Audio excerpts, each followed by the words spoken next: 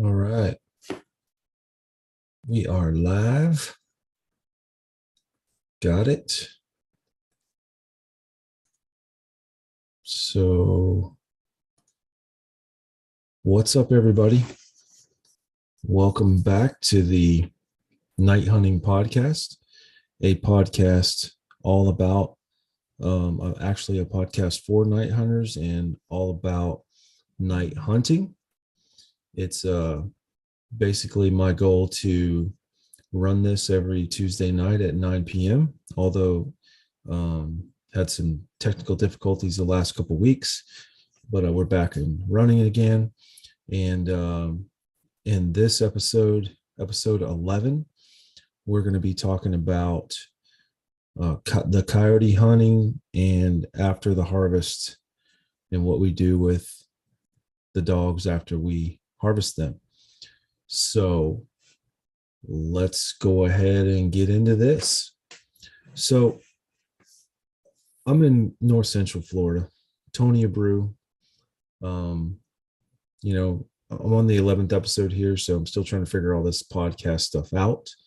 It's pretty candid, and I'm sure I'll look back on these episodes one day. But North Central Florida, been up here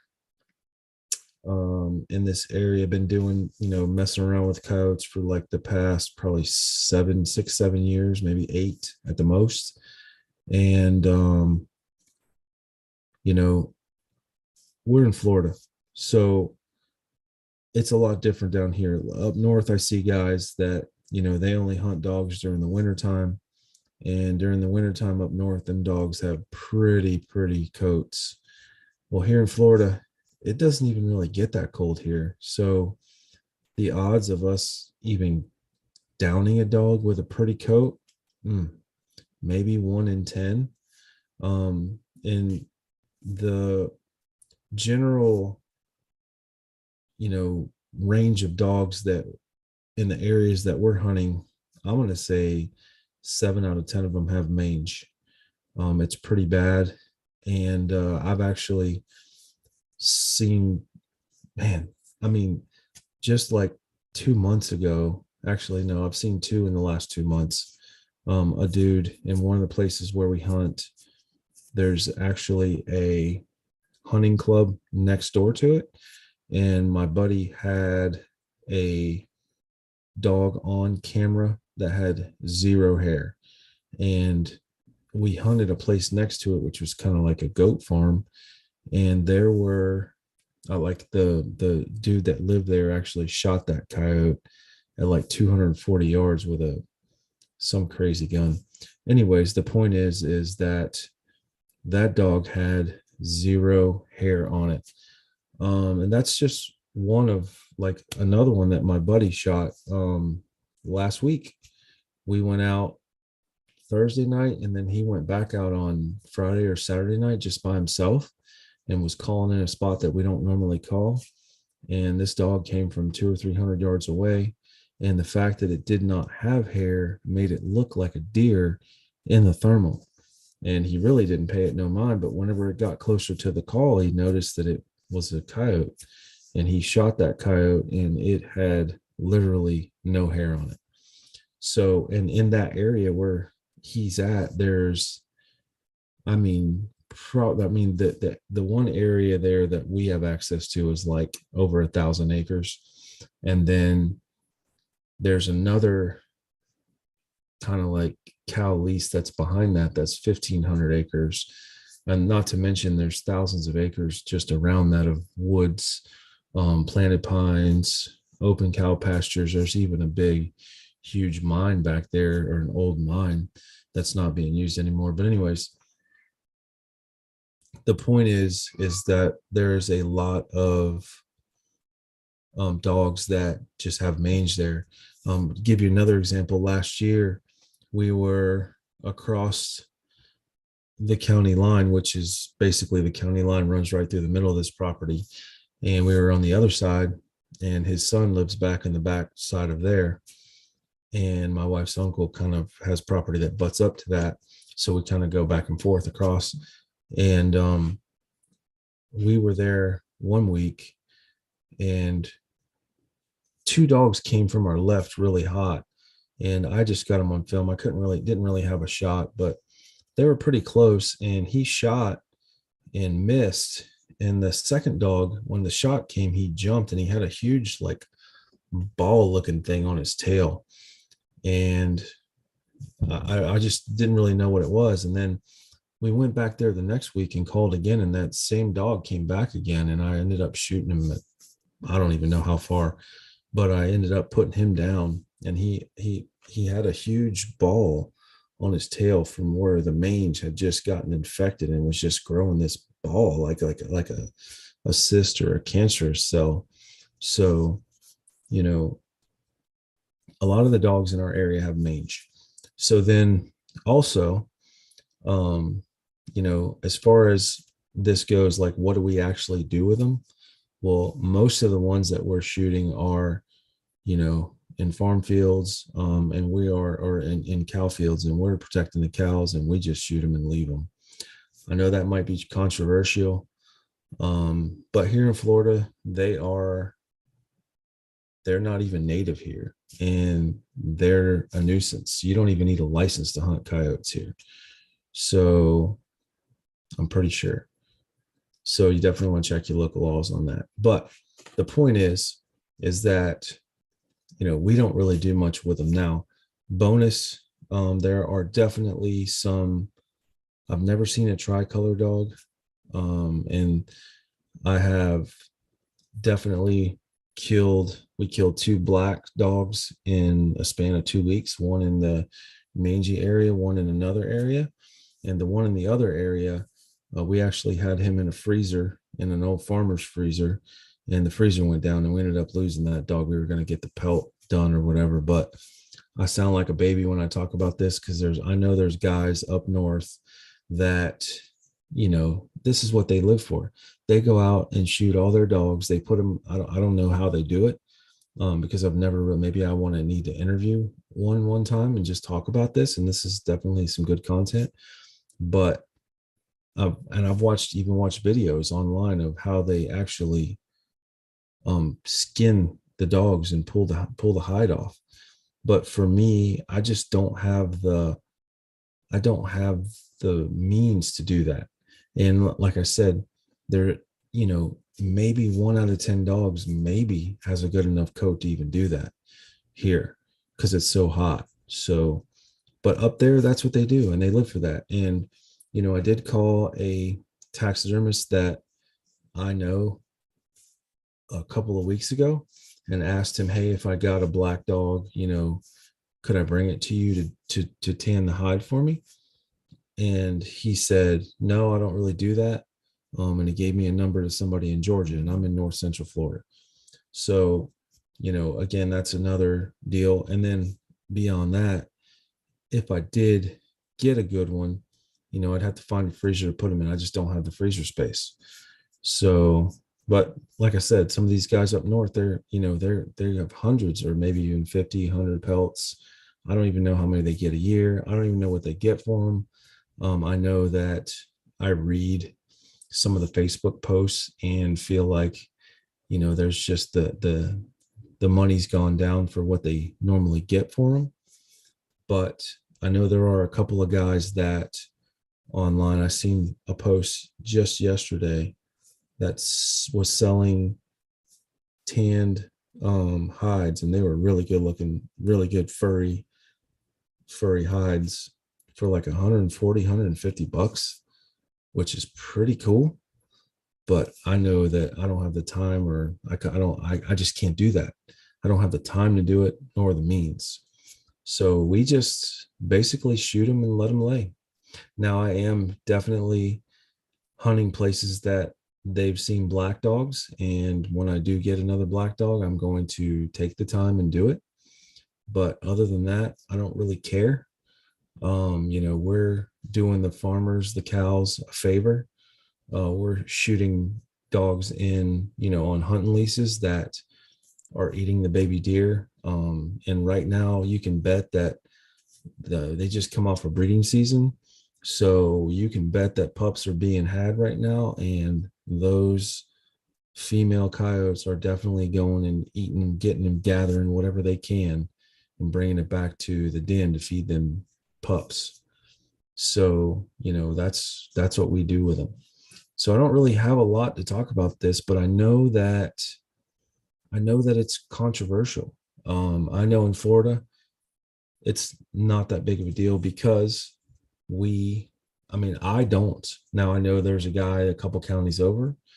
They shoot 300 dogs a year. I don't know what they do with them. I need to ask them, but I don't really know them that well to ask them. I know they did a tournament a while back and um, they had so many dogs and they drove them to the weigh-in or whatever. I think it was 24 or 25. I don't know, that they killed in 2 days. And I don't know what they do with them after that. To me, they just pile them up. I don't know. Maybe, maybe not. And those guys are piling them up and letting them sit in their truck for 2 days. I mean, that's some stank stuff. But anyways, it is what it is. Um, so that's just where I'm at with that. Now, I saw another Facebook post 2 months ago in one of the Midwest states. The local DNR was looking for information where somebody dumped 11 dogs in a ditch on the side of the road. And, I looked at that as okay, in Florida, that's possible. I mean, I would never really dump one in a ditch. Really, I'd dump it on the property that I got it from. But at the same time, if you're in a farm field, like we were in a farm field the other night shooting deer legally with permits, and we couldn't really leave the deer there because of the fact that they're growing vegetables there. So we took them somewhere else and dumped them. But we ended up dumping them on a property that we had control of. So, I don't know that I would dump 11 dogs on the side of the road, but at the same time, that DNR or whatever, I can't remember exactly what state it was, but they don't like you doing that. Or maybe it's against the law there. I don't know. You definitely want to check your local laws. But in Florida, coyotes are definitely not regulated. They are a nuisance and they're pretty adaptable. I mean, as much as we put them down, which I'm not even that big of a player in this, but I enjoy going out and doing it. Some nights we have good nights and other nights we don't. We see them and we can't shoot them. I mean, they're just smart. But in, in Florida, they just keep coming. They don't slow down. So, and I think that, I read another headline the other day that coyotes are one of the most adaptable animals on the planet. They weren't always here, but wherever they started from, they've migrated basically to almost every state in the United States, the continental United States. And I don't think they can be eradicated because as soon as you kill one, more just move in. It's a territorial thing. They run around in packs, and it's just, they're definitely hard to eradicate. So, and they're definitely, they eat rats and mice and stuff. And that's kind of funny because we run rabbit calls all the time and mainly they're eating rats. I mean, it's funny when you run a rabbit call and you see all the rabbits around. There's so many rabbits. I don't know why it is that maybe it's just because out west, but they definitely come sometimes. But it's kind of funny that, we see them chasing rats around here more than anything. So that's pretty much it for that. After the harvest here, what we do, we just leave them, we dump them. Maybe we'll gather up a couple of them and drag them, put them on the golf cart, take some pictures, stuff like that. I don't really like to touch them that much. I saw a post and I've seen it a couple times. I saved it on Facebook talking about this guy that grabbed a dead coyote one time and he got some kind of fungus on his hands and it wouldn't go away. Never went away. I'm not sure what it was, but ever since then, I just kind of use a game drag, a coyote drag, which is basically a paracord with a cinch loop in the bottom of it. And generally if I'm picking up a dog or moving a dog, I'm just slipping that thing around his leg and I'm using the rope to move him around. I'm not really touching them. Um, and and honestly, you know, we've been shooting a little bit of deer here in the last couple of weeks because watermelons and tags and all that. And my hands itch after grabbing a deer. I'm not sure what it is, but my hands always itch after grabbing deer. So, I don't really use a game drag whenever I do that, which is kind of weird, but I just been killing deer all my life and just don't do that. But after I seen that post with the Facebook thing with the fungus on the hands, I just don't touch dogs. So say what you want, but that's just what I do. So anyway, moving on. That's going to wrap up that section. And yeah, so going into some of the things that's going on with our hunting. So uh, basically, I try to run this podcast every week. I've been 2 weeks out on it. Just to give you an idea of what's going on. 2 weeks ago, totally blew my back out to the point where I was out of work for 3 days. I was in miserable pain. I didn't do anything. I definitely did not film the podcast on that Tuesday. And then during that, before that, I shipped my computer off. I was having issues with the other computer that I had. I finally got my computer back last week. So here we are again running this.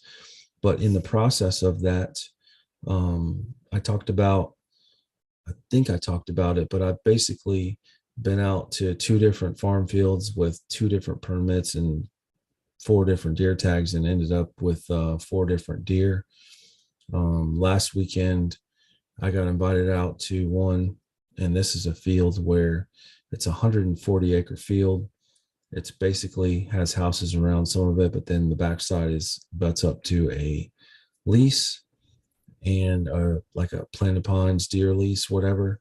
And we've been in that field calling coyotes before and counted 40 deer. So, and trust me, they were out on Friday night. So I believe they got issued 25 tags with that permit, and they had already killed a couple deer, before.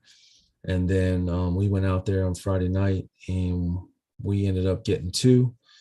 So we had some guy running around with a spotlight scaring the deer off, which was kind of weird. Didn't even belong there. And that happens sometimes. So I've been in a couple of situations where I've been on property that was owned or controlled by the person I was with, and somebody come riding by shining a spotlight, which is actually illegal in Florida, but especially if you don't have permission. So, but somebody did that, and that was kind of weird. And then we were kind of slipping around, and the deer were smelling us. The wind changed directions, and it was kind of a little bit of a fiasco.